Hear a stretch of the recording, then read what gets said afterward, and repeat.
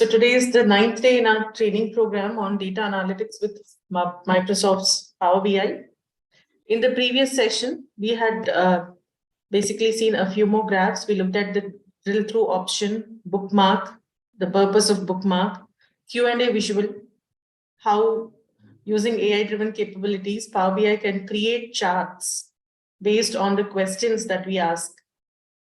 And we also looked at a few more visuals, like we looked at tree map, how it helps us to beautifully show hierarchical data, branching out of that data. Matrix visual, which is kind of a text table where you present your data organized into rows and columns, and then you get the totals and the subtotals, etc. So those of you familiar with Excel, this is like your pivot table. Decomposition tree, especially when you have data in a hierarchy again, and when you have to go from one member to another, drill down to another member, a specific member, you could go and use decomposition tree. And when we organize all the visuals that we have created nicely on the page, and we, have filters and slicers, date slicers for interactivity, you use the edit connections options so that the graphs itself interact with each other based on how you click the action that you perform. That is, whether you're hovering the mouse pointer or selecting a data point. So based on that, how things are completely interactive, how the slicing and dicing of the data happens, right? All this we had covered, and we kind of wrapped up the concept of data visualization using Power BI. So the last two sessions, that is today and tomorrow, we will focus on the DAX functions. Now, what is DAX? Right, we will talk about what is DAX. Under DAX, using DAX, how we can create new columns, new measures. What is the difference between a column and a measure? Arithmetic operations, all sorts of arithmetic operators can be used. I'll also talk about the SUMX function. Then we will see how to create a date table. We will look at some date functions and how we can format dates in different formats. Okay, different date formats which are available. So this is the agenda for today. In today's discussion, we will see this, and tomorrow we will look at a few more functions under DAX and wind up the training. And those of you who might be interested in continuing with your learning journey, who would like to go ahead and maybe enroll for the entire program and get next level expertise on the tool, you could just enroll. I mean, you could first check out our program here. This link will also be shared with you in the comment section. So data visualization using Power BI, the training that we provide, it is 30 hours of intensive classroom and online sessions. You could either opt for classroom training or you could opt for online training, depending on your convenience. And then we have 60 plus hours of practical assignments and job placement assistance is there. You will have all the support from our trainers. Okay, so if you would like to enroll for the program, you could just check our website. The link will be pinned in the comment section. And for those of you who would like to know the cost, as of now, it is only 15,000. I think this is the best deal out there in the market, where we are covering such extensive concepts and the cost is pretty less. Data visualization using Power BI. And we have the cost that has been cut down to only 15,000. I think it's a very good deal.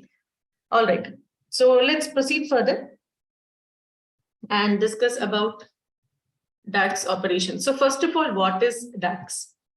DAX, this is the most frequently heard term when someone is working on Power BI. This is something that they talk about a lot. DAX. What is this?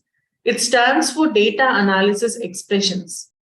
Okay, in every tool, whatever tool you might be working with, most often, whether it is Power BI or Tableau or ClickSense or Informatica, wherever you might be working with, you will definitely come across scenarios where you need to tweak the data a little bit, maybe manipulate your data, create new fields using the existing fields.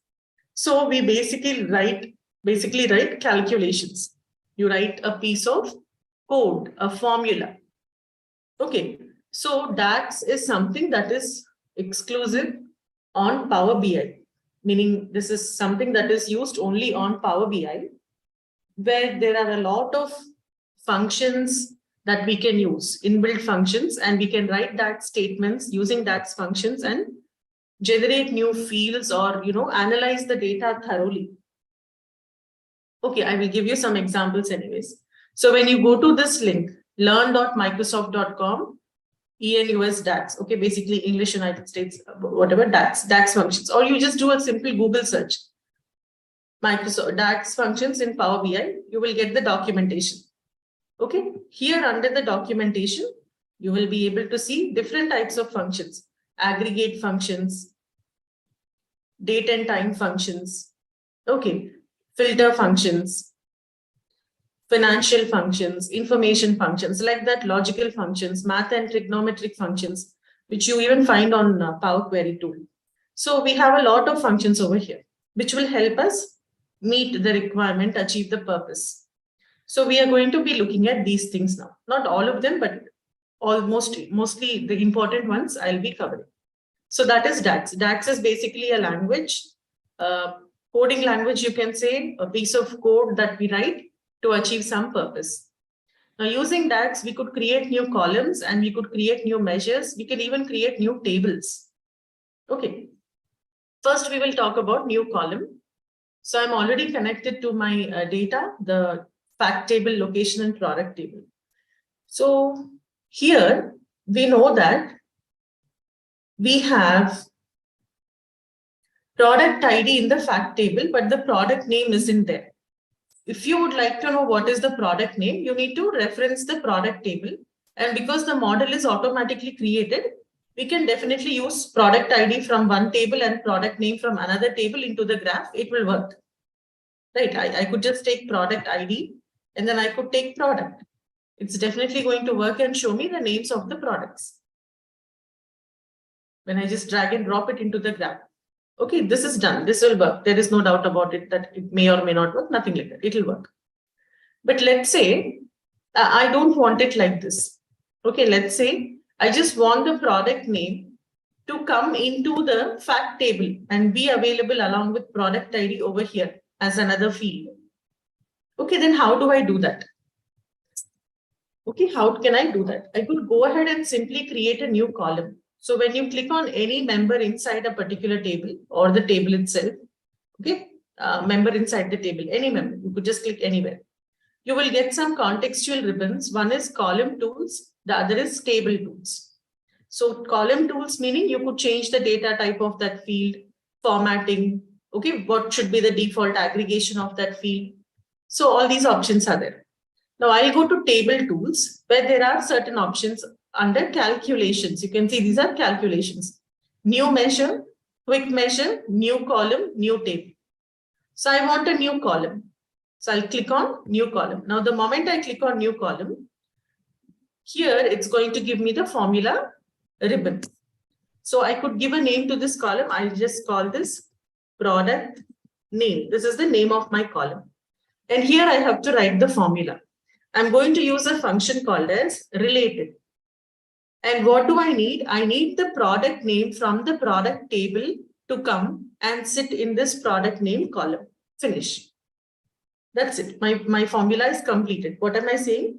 Look for the tables which are related to the fact table. Related means what?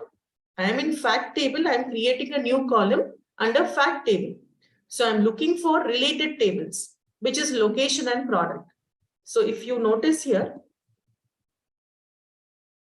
you see it's showing me the related tables. It's showing me the list of members present in the product table.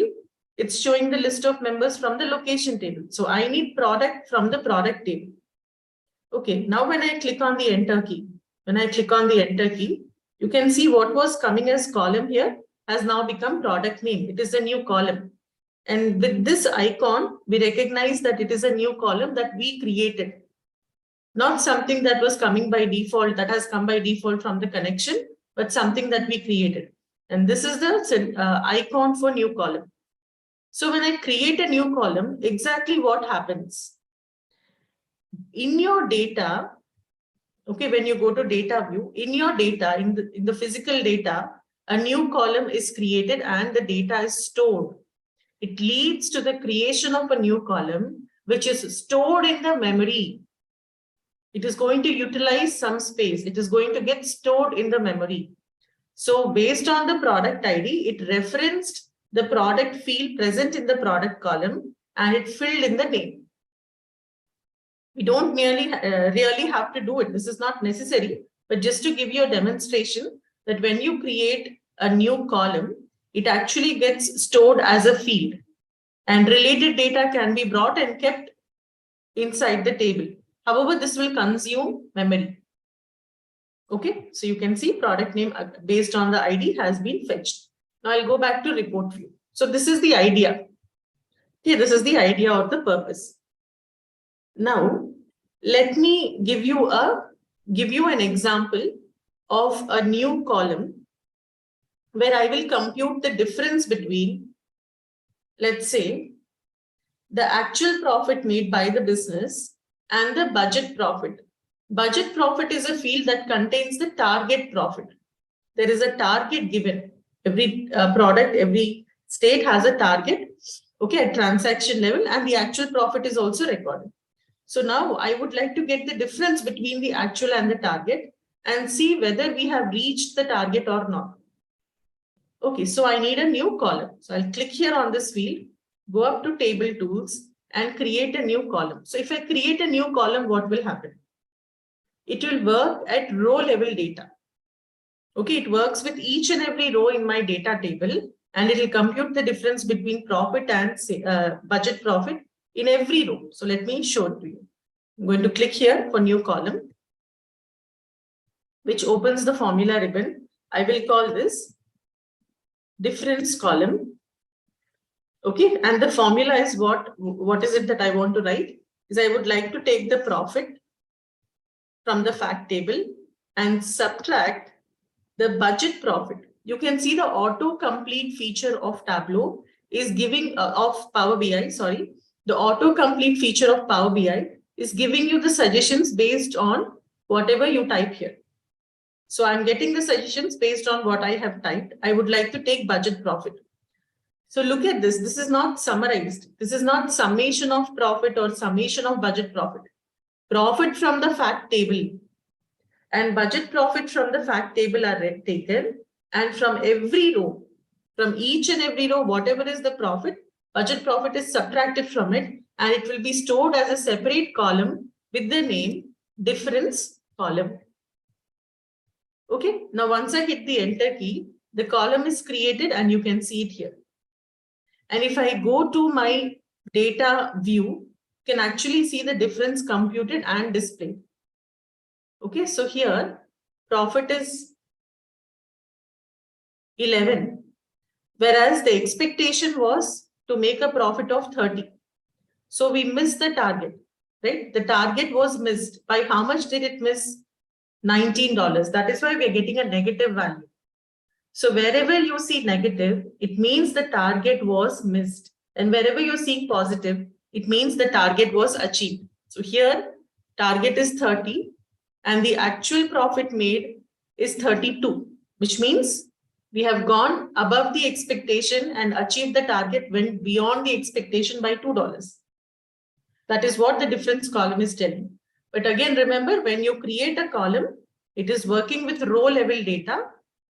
From each and every row, it is going to look at the data, compute whatever we have asked it to compute, and store it as a separate field over there. So this is going to take up some memory. All right. Now let me go back and visualize this difference and show it to you.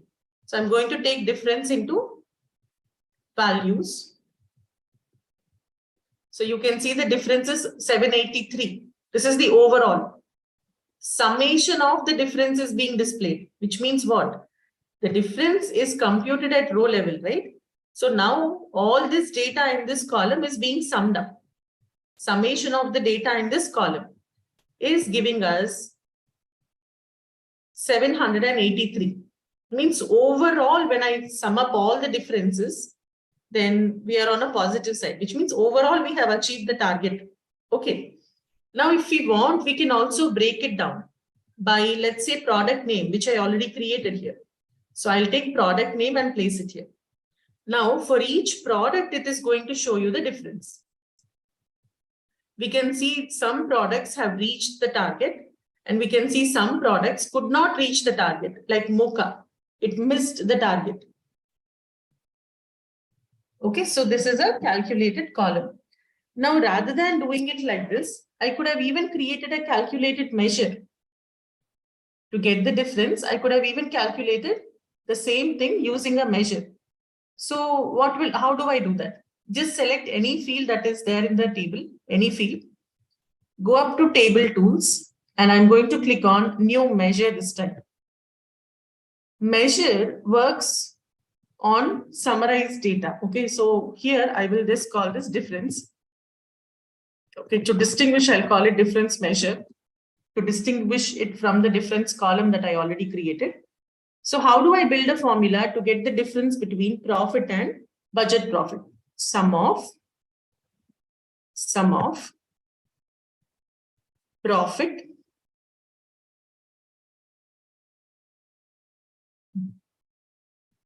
minus the sum of budget profit, and close. So close the bracket. So if you make any mistake in the syntax, let's say I'm putting a few underscores, you can see this red color will come. It's an indication that I made some mistake with the syntax, and you can see a red, curvy line under it. Means this part of the formula has an error. Suppose I make a mistake over here. Okay, then you see the whole thing is underlined in red because this whole thing is wrong, incorrect syntax. So if at all we make any mistake with the syntax, we will get to know there and there. And we can go and just fix it. Now you see there is no red color. So what is this going to do? And how is it different from the calculated column? Okay, measure is done. Difference measure is now created, and you can see it is available in my data pane. This is the symbol for a column, and this is the symbol for a measure. When you create a measure, it will not get stored in the data view. Okay, it is not going to work with row level data, and it is not going to be stored as a field inside your data model, and it is not going to consume any memory. Okay, on the need to go basis, meaning if at all you use that field in the chart, in any visual, that is when the system, Power BI, will compute the difference and show it to us. So what did it do? It summed up the entire data in the profit column, summed up the entire data in the budget profit column, obtained the difference, which is 783, equivalent to this. Right, now can I break it down? I can definitely break it down. Let's say I want this as a table visual. It's possible. Can I break it down by product? Definitely. I could take product name and I could see the difference. Okay, so visually, if you look at it, both are one and the same. We can't really notice any difference between the two. But the only thing is, when you do it as a column, it is working with row level data, and later on, after computing the difference between profit and budget profit for every row, then this whole data is being summed up. That is the sequence. Whereas when I create a calculated measure, it does not go with row level data. It has aggregated the profit. It figured out what is the total profit and what is the total budget profit, obtained the difference between the two. And it is being visualized in this graph. So it will not get saved in your data model as a separate field. Only when you use it in the chart, dynamically, it will get calculated and displayed, which again, you can use any dimensions and break it up and see. That's the difference between the two. So when you're using difference, simple subtraction operator, the difference, actual difference between the two might not be very clear, but this was just to give you a demonstration. I will show you another example where you can actually see the difference between the two. So this time we will go with profit ratio. Okay, I would like to compute profit ratio. So what is profit ratio and how is it computed? It is the summation of profit divided by the summation of sales. Okay. So now, first I will do it.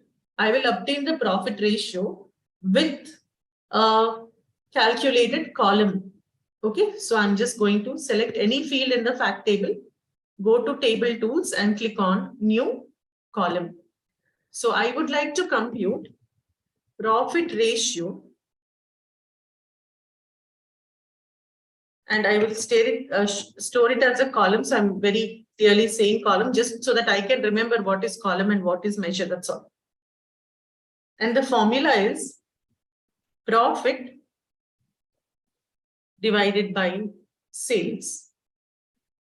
Okay. So from each and every row, sales. Okay. Not budget, sales. Sales. Yeah. So what will happen is, from every record in that table, profit is taken, and from the same record, sales is taken. They are both divided and the answer is stored in this new column. Okay, in this new column. When I hit the enter key, you can see profit ratio column and the icon for it. In fact, in the data model now, it is stored as another field, profit ratio column. Okay, now when I take this field into my report, it will be summed up. It is going to sum up all these ratios that are generated at record level, row level. So let me visualize profit ratio column data first. Maybe a text table would be better. So text table. So profit ratio column is when I sum up the data in that column which I created, it is 625.18. Okay, 625.18. Now I will create a measure for the same purpose. So let me just go ahead and create a new measure. I will call this as profit ratio measure. Now, when we say measure, how are we supposed to do it? If I just say profit, you see nothing is happening. So it is sum of profit. Okay, divided by the sum of sales. Sum of profit divided by the sum of sales. So profit will be summed up. Then sales will be summed up. When we divide the overall profit with the overall sales, that is called profit ratio, and it is going to be stored in this measure. Enter. So you can see profit ratio measure created, which I will now visualize in the canvas and make a text table out of it. Now clearly you can see the difference between the two values. Profit ratio, when it was stored as a column and computed, and profit ratio, when it is computed as a measure, you can see the difference. Right.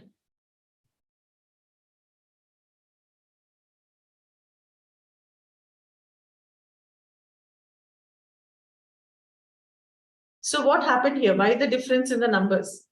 This is a row level calculation. Every row profit is divided by sales and the data is stored in a column. And then this information is summed up. So when I add all of these numbers, it is giving me 625.18. But what is this? It is basically the total profit. Okay. Total profit, so and so number, divided by the total sales, so and so number. So when I divide this by this, I'm getting 0.32. It is total profit divided by total sales, giving me this number. So that's the difference between the two. Measure is not stored as a separate field.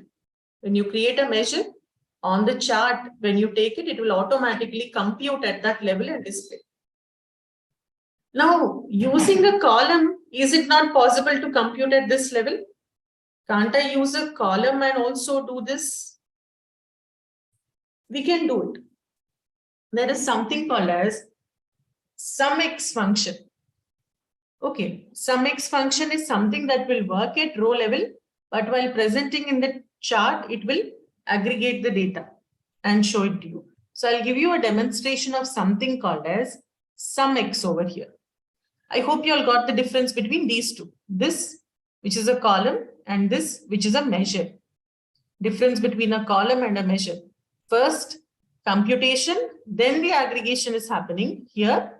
First aggregation of the data, sum of profit, sum of sales, then the division part is happening, the sequence. Okay. Now let's say I would like to create another calculated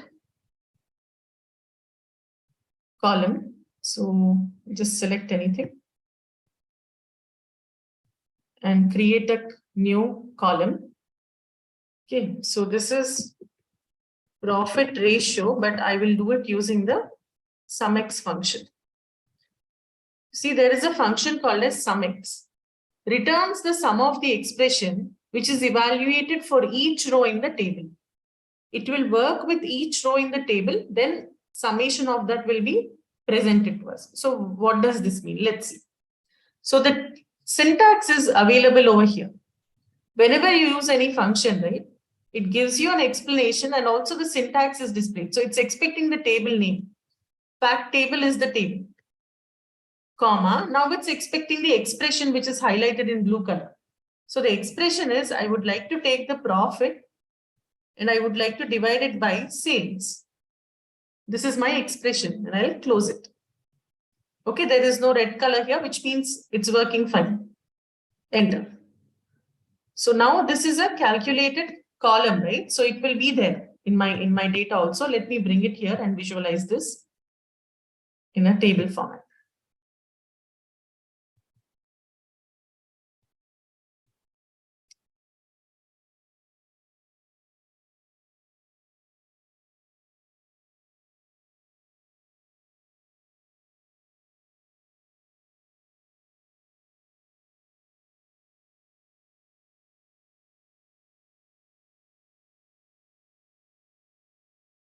One moment, let me check. This is looking a little weird.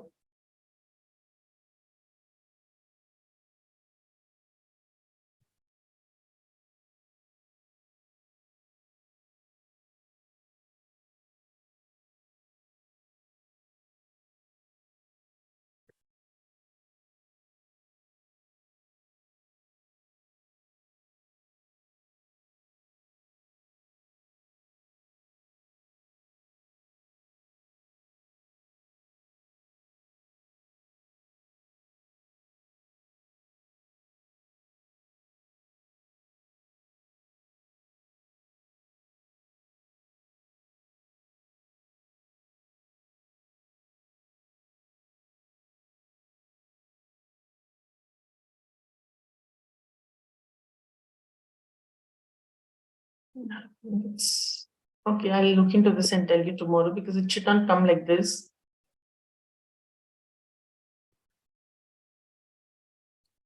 We go here. All right. Okay. This we should not summarize. Summarizing it is not meaningful. Okay. So what did I do here is I use the SUMX function. And what does a SUMX function do? Is it will calculate at row level and then it summarizes it. Okay. So the output that I'm getting from this SUMX function, it's going to be aggregated and saved. So it's computing this at row level and then it is summing up that difference, summing up the ratio, right? It is computing the ratio and then it is also summing up the ratio and that value is getting stored across all the rows in the table. You see? So what is 625.17? 625.17, something rounded off to 625.18. It is the profit ratio, right, which is summarized. So after computing at row level, when you sum up the profit ratio, you get this. So when I use SUMX, what's happening? It computed at row level and it also summarized it, but that data is again getting stored across every row because it's a column, right? Because it's a column, it's getting stored across every row. And then this again further is getting summarized. Sum of all of that data. So what I could do is I could just go here and say, don't summarize. Don't summarize, just show me the number. And now it's showing me the number. Okay, so this is another way of doing it. Both are the same, but the way that the function works, okay, how new column worked, how new measure worked, and how SUMX is summarizing at row level. And then that data, that value is getting repeated in all the rows. So many ways in which you can achieve the same thing. But profit ratio ideally is calculated as the total profit divided by the total sales, which this should be taken. Now, of the three, what should we take for profit ratio when we're working in real time? This should be taken. With difference, it is not so clear because both are giving the same results. It's not very clear on what did we achieve. How are the two different? How is a column different from a measure? But with this ratio function, you can clearly see difference even in the figures as to how a column is different from a measure and what is SUMX and how is it different from the two of them. Okay.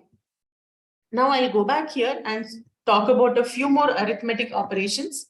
So we saw new column, new measure. We saw arithmetic operation, which is subtraction. We also saw how to perform division and the SUMX function and its purpose. Okay, here I'm getting the difference between the actual profit and the budget profit. And I can understand whether the product has met the target or not. Okay, whether it has met the target or not. So here, this visual is not required. I will remove it. We'll focus on this visual, okay?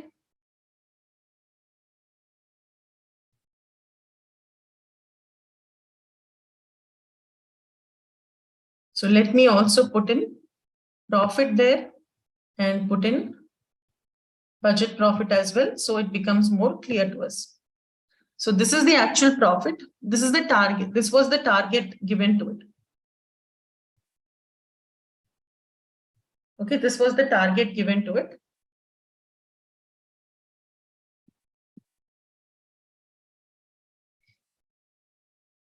Okay, target given. And this is the difference between the two. So some places where we have reached the target and some places we didn't happen here. Yeah, some places we didn't reach the target and I think this just got sorted and just sorted alphabetically. Okay. 4,890 is what it made. 7,020 is what was expected. And the difference is 2,130. It missed the target. That much is clear. But by what percent did it miss the target? How do I know by what percent? Okay. Then I'm going to create another formula to get that information. By what percent was the target missed is my requirement. So I'll just click anywhere in here and go up to table tools and create a new measure. I don't want it to be stored as another field. So just a measure, which is going to give me the percent difference. Percent difference, which is equal to, so I will take the profit minus the target. I renamed the field to target. And this has to be computed first. So I'm going to enclose this whole thing in brackets. Okay, this has to be computed first, the subtraction part. After I figure out what the difference is, when I divide it with the target, then I will get the percent difference. Okay, when I take these two and divide it by the target, then it will give the percent difference. Enter. Brackets are important over here because we want the difference operation to take precedence over the division operator. So it is very important. If you don't do that, then it will do target divided by target. Target divided by target, it will be 1. So you'll get profit minus 1 if you don't use the brackets. Because it goes with BODMAS. Brackets, when there are multiple arithmetics applied. Brackets, order, division, multiplication, addition, and subtraction. Okay, that is why we need to be careful when we are using this. Multiple operators. Enter. It is done. So percent difference got created, which I will bring into the table after the difference field. You see. Now over here, I think it will be more meaningful to show it as a percentage rather than a decimal. Right. Because this is percent difference, showing it as a percentage will be meaningful. So formula is still here. Percent difference. I could go up to format and change its format to a percentage. Look at these numbers getting updated now. Okay, so what do we understand? This missed the target by 30%. This went above the target by 1275, which is nearly 12.62% of the expected value, beyond the expected value. This missed the target by 24%. This went above the target. Chamomile went above the target by almost 10%. Overall, when I check, the target is reached. And by a slight margin, we have achieved the target, but we went above the target, that is 0.3%. So this is what the visual is telling us. Okay, so we got the difference and we also obtained the percent difference by using simple arithmetic operators. We have not even used any functions extensively. I hope arithmetic operators are clear. Let me just check if there are any questions. And then we'll talk about date.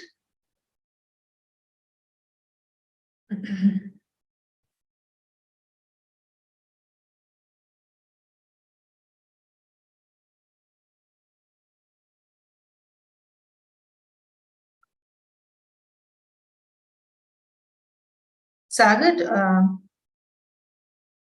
advanced tax. Yeah, see, this is, we're trying to make it as comprehensive as possible. Okay, you could consider enrolling for the complete program. Okay, we'll share the links also in the chat box, and you could consider enrolling for the complete program if you're interested in, getting to know much deeper into the tool and go at a very, very advanced level. I would request you to enroll for the complete course. Okay, Rajat, the coffee chain data is already shared, Rajat. It is there in the day 5 session. Just go to day 5 class recording, live session video. In the comment section, I have put the link to coffee chain data. So you just go there and take it and you can work with it. Day 5 session you recording, you refer to the comment section there. All right. Okay, so let me proceed further. So that was about dates and all. Arithmetic operators, new measure, new column, SUMX function. So now we will go ahead and do. So we have date. We'll see how to manipulate dates. Okay.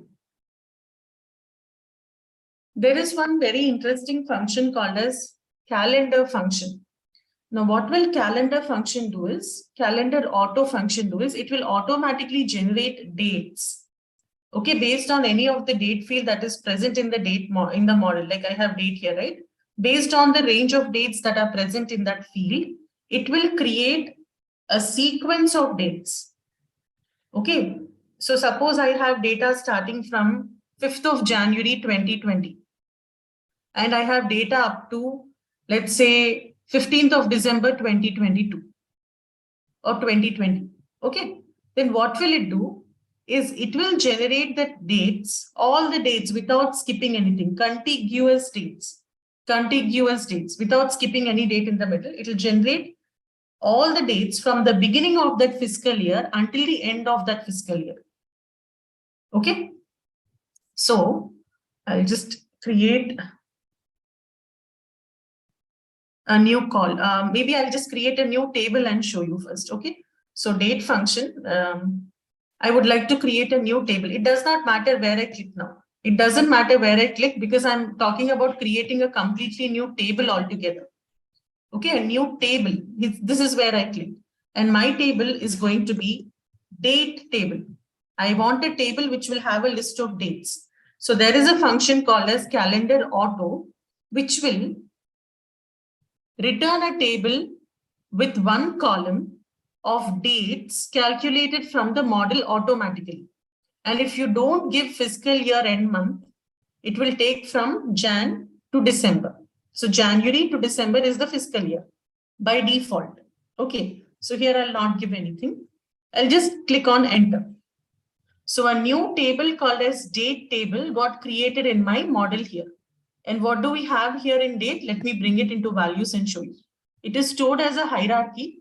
Let's say I don't want it as a hierarchy. I would like to see the date itself. So I'll click here and make it date. So if you look at coffee chain, in coffee chain, we have data starting from 1st Jan 2020. We have one record for each month. It will be then 1st Feb 2010, not 2010. Then it will be 1st March 2010, so on. So monthly one record is there. But here it has generated the complete list of dates. Complete list of dates are generated until the end of that particular year. We have data for 2010 and 2011, okay, in the version of copy chain that we are using. So it's giving me date until 31/12/2011. So basically you can generate dates. By using this, you can generate dates, calendar auto. Now, what if I change it? If I just go there and I change the fiscal year, maybe I give 3. So if I'm going to give 3, what will happen is the fiscal year will change. It will be from 1st of April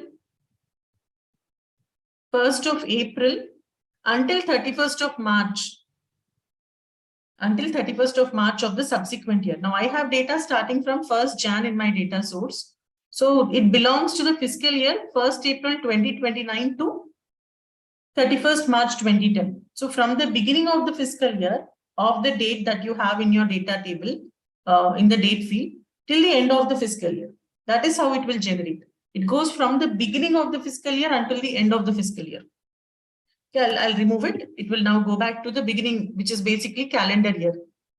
Okay. Now, why did I generate this table? What is the purpose? Because using this, I would like to show you a lot of other things that we can do with dates. Okay, I'm going to show you different types of formatting that we could do on the date field. So, I'm going to create another table. Okay, I'm going to create a new table, one more new table. So this is for date format.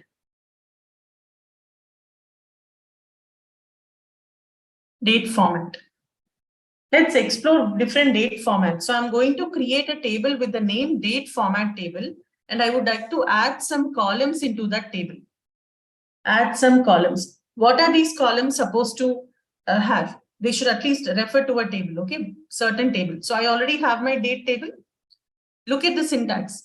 Add columns, it's expecting table, name, expression.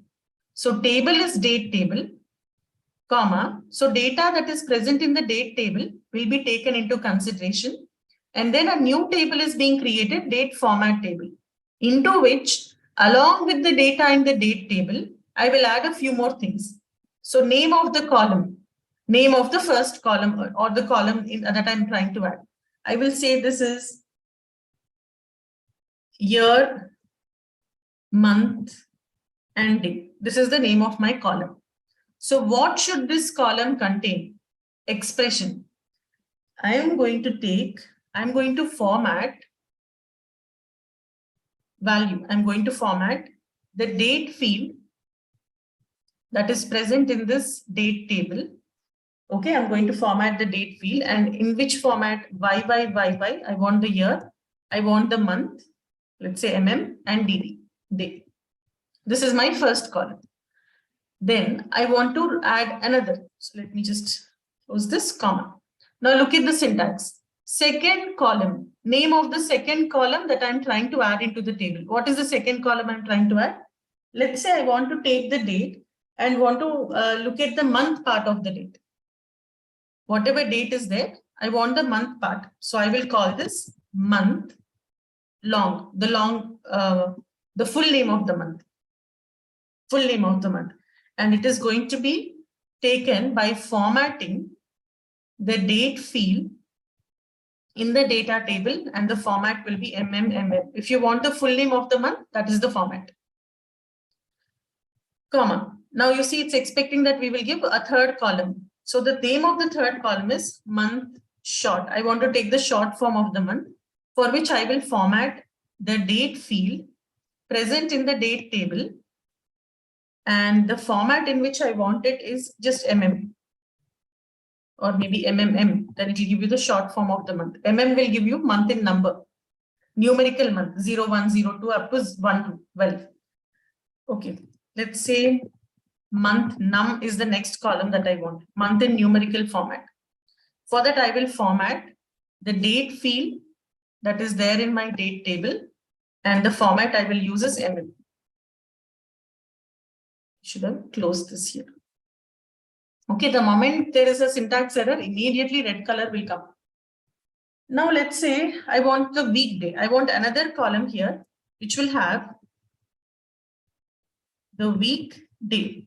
Generally, developers know, most of the Power BI developers, generally when they are working on huge projects, they always keep one table like this, which is a reference table. They will automatically create a date table, which will be like a reference table, and dates in different formats, they will already store it. And they will use that table as a reference for many other functions that they might perform on their actual data. So weekday is what I want here, which is going to be formatted from the date field, which I already generated. And which format? Day, weekday, right? DD. Full name of the day will come. I think it's enough. By now you have an idea of what we are trying to do here. So I'll close this and my job is done. Let's say this is what I want. Finish. I closed this bracket also. Add columns bracket also I have closed. My job is done. So let me hit enter. It will create a new table with the name date format table. You see here, date format table got created. So date is already there, which I even have here from the other side. Let me show you the things that I obtained from here. I obtained month, year, month, day.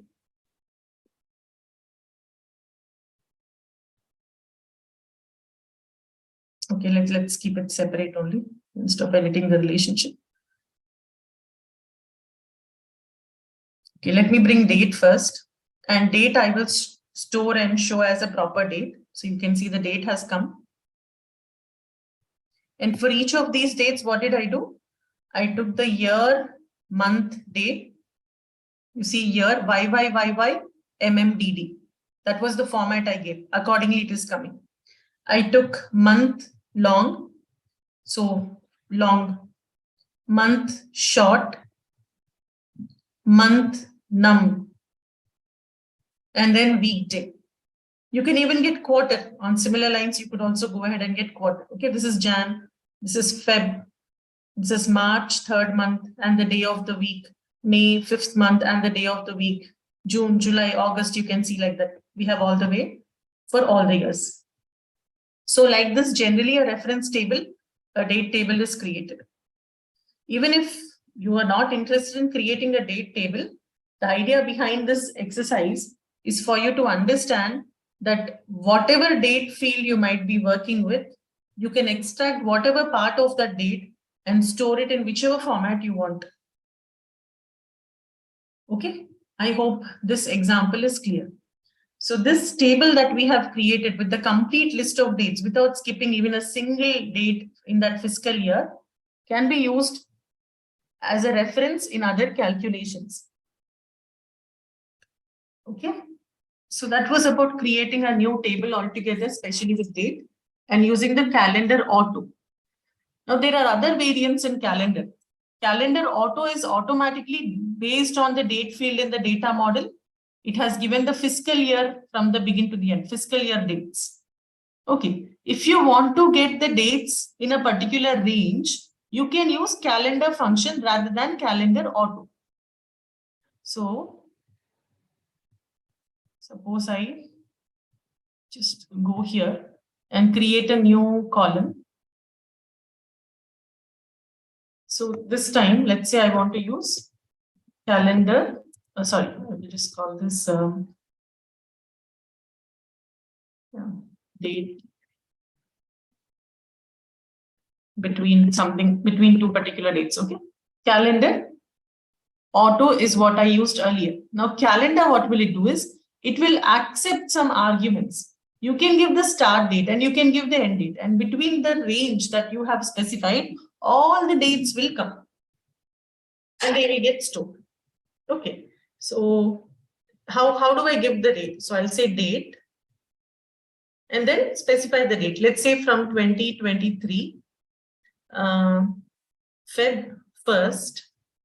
This is my start date, comma. Now you look at that, end date is getting highlighted.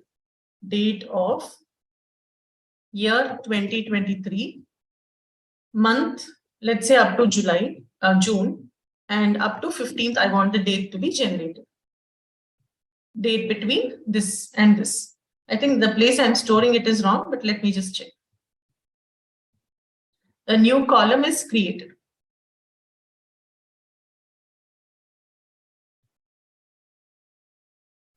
Basically, not a new column. Let me take this. Let me create a new table. Okay, I'm going to create a new table with that data. So a new table called date between is created over here. And let me show you the dates there.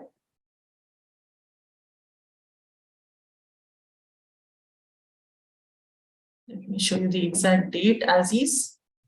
So I generated dates in what range? 23 to 1, that is Feb 1st, 2023, up to June 15th, up to June 15th, 2023. So we can also give a specific range of dates, and within that range, you can generate all the dates using calendar function. If you use calendar auto, then you don't get to give the begin and the end. The begin and the end, they will automatically be taken from any of the date fields in your model, and based on that, it is built automatically. So that's the difference between calendar auto and calendar while dealing with dates. So very quickly, I will show you few more date functions. But for this, I will be using one data source called as Superstore, which was shared with you all already, I think in first or second day of the training, it was shared.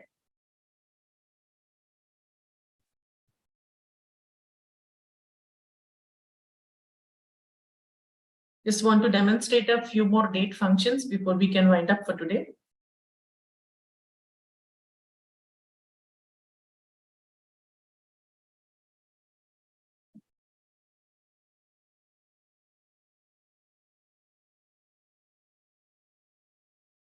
I have something called as orders table. Okay, this is a business where different orders are placed by the customers. Okay, and whenever a customer places an order,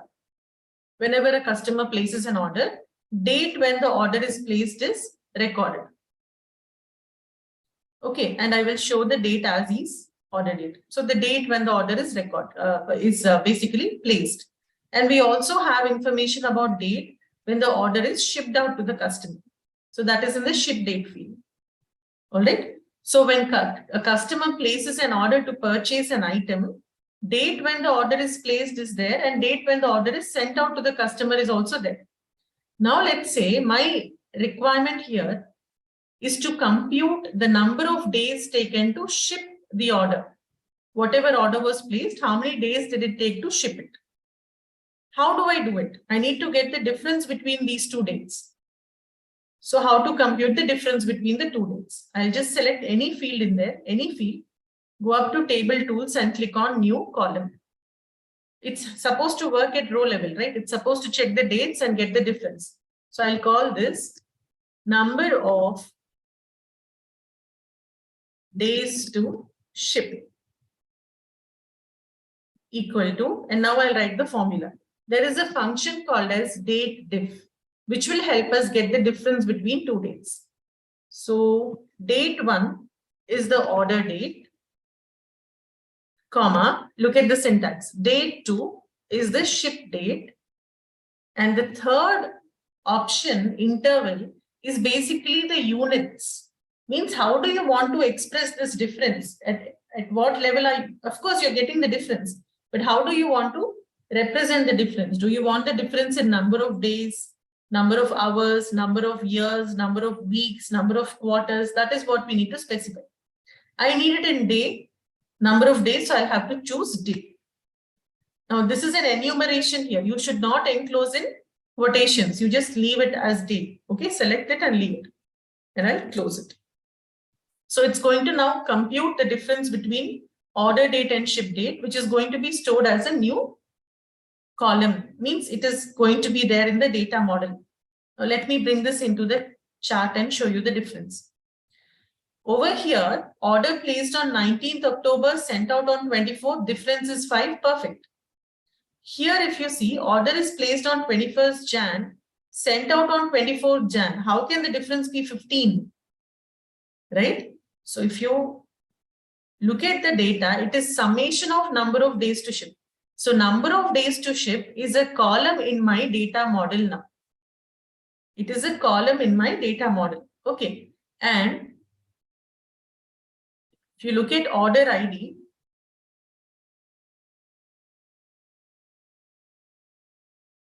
so this particular order, right, where we were getting the difference as 15 when it is should be only 3. You see, there are 5 records for that order ID. All of them placed on 21st Jan 2020, sent out on 24th Jan 2020. And calculated column means what? New column means it's working with this row level data. So for every row, it has computed the difference. Okay, for every row, it has computed the difference 3, 3, 3, 3, 3. And this is summed up. It is sum of number of days to ship that we are getting in the view. So when you sum up 3 5 times, we get 15, and that is what is happening. I hope you all understood what went wrong. So in this particular scenario, for this visual, summarizing the number of days to ship is incorrect. We should not summarize it. Then what to do? You can simply click there and select the option, don't summarize. Okay, so when I select this option to not summarize, don't summarize, it will not get summarized. You can see how it's giving you the difference as just 3 now. So all the differences got fixed because when you don't summarize, everything is perfectly working. All right. So that is how we can get the difference between 2 dates using datediff. There is another function which is called date add. If you have to increment a certain date by a certain number of units, you could use date add. I'll quickly demonstrate that also. So I'm going to just select any field over here and select the option to create a new column.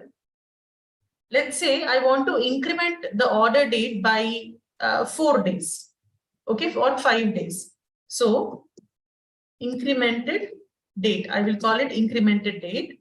My requirement is I need to add a few days to the order date. Okay, let's say the goal is every order should be shipped out within 4 days.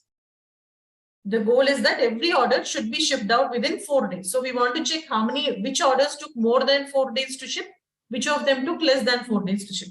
So first of all, I will calculate a date which is 4 days ahead of the order date. Okay, 4 days ahead of the order date. So I'm going to take order date, comma, number of intervals. I want to add 3.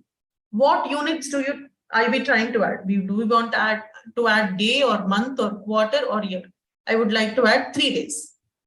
Okay, so I'm taking order date. I'm going to add 3 days to it. And it's going to get saved with the name incremented date over here, which when I bring into the canvas and not show the hierarchy but the date, you can see the new incremented date. Now, if we want, we could just go ahead. Okay. And format. Okay, fine. This should be. Let me just click enter key. So to this date, when I add 3 days to 19th, it becomes 22nd. To 28th September, when I add 3 days, it is 1st of. To what did I add 3 days?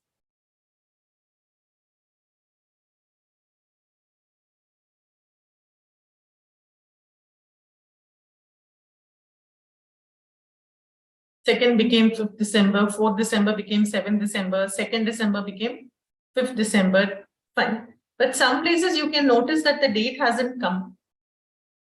So why did the date not come?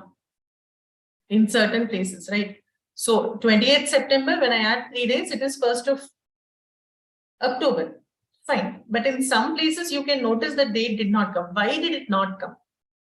It did not come because when you use the date add function and increment it by a certain units, okay, like in this case, I incremented it by 3 days, the resultant date that you are obtaining, if it is not already present in that column, it will come as blank. Means when I take 21st Jan add 3 days, it is 24th Jan But 24th Jan maybe is not present in the order date field. That is why it's not showing it to me. So if you see, we don't have 24th Jan here. Okay, so when you increment the date, suppose the incremented date is not already present in that order date column, which we have incremented, we will not get it here. This is one point to remember. Okay, one point to be careful about that. Certain dates will miss. Why? So now if I take 26th and add 3 days, it will become 29th. But 29th is not present in this column. Therefore, this is blank. Okay. On top of that, the format in which this date has come, let's say you're not very happy with it. You want to change the format. You could change it. Incremented date. This is what I have given. Now I can go up here and I could simply format it into whatever format I want to bring it. Like, let's say, for example, I want it like this. So you will now notice that it changes accordingly. Or we could enclose this whole thing in the format function. I could just go enclose this whole thing in the format function. And then here, I can specify the format in which I want to see it. Let's say I want YYYY, MM, and then D. Okay, we could just format it the way we want, and based on the format that we have given, it will come. See, YYYY, MM means full month and date. Okay, the formula itself you could enclose in the format function and format it in the desired way, or very easily you can just go up to the format option there on the ribbon and then format it. Okay, so like this we can manipulate date functions or date fields. So we have seen what is DAX, how we can create new columns and measures, how each of them behave differently, arithmetic operators like subtraction, division, on similar lines, addition, multiplication, anything you want, you can calculate. SUMX function, how it works with row level data, and then the final row level data is aggregated and stored. Date table, how you can create it using calendar or calendar auto and use that as a reference table. And then how in different formats you can present the date by adding new columns into that table. And some date functions to manipulate dates like date difference and date add. Okay, this is what we have covered today. Tomorrow in the last session, we will look at few more DAX functions. Okay, the calculate function is what I would like to focus on more tomorrow. All right, thank you all so much for your support. Please do like the video if you have found it informative, even a little bit. It would give us a lot of encouragement, and do check out the full course that we have to learn advanced Power BI. This is the website. All right, thank you. Thank you so much.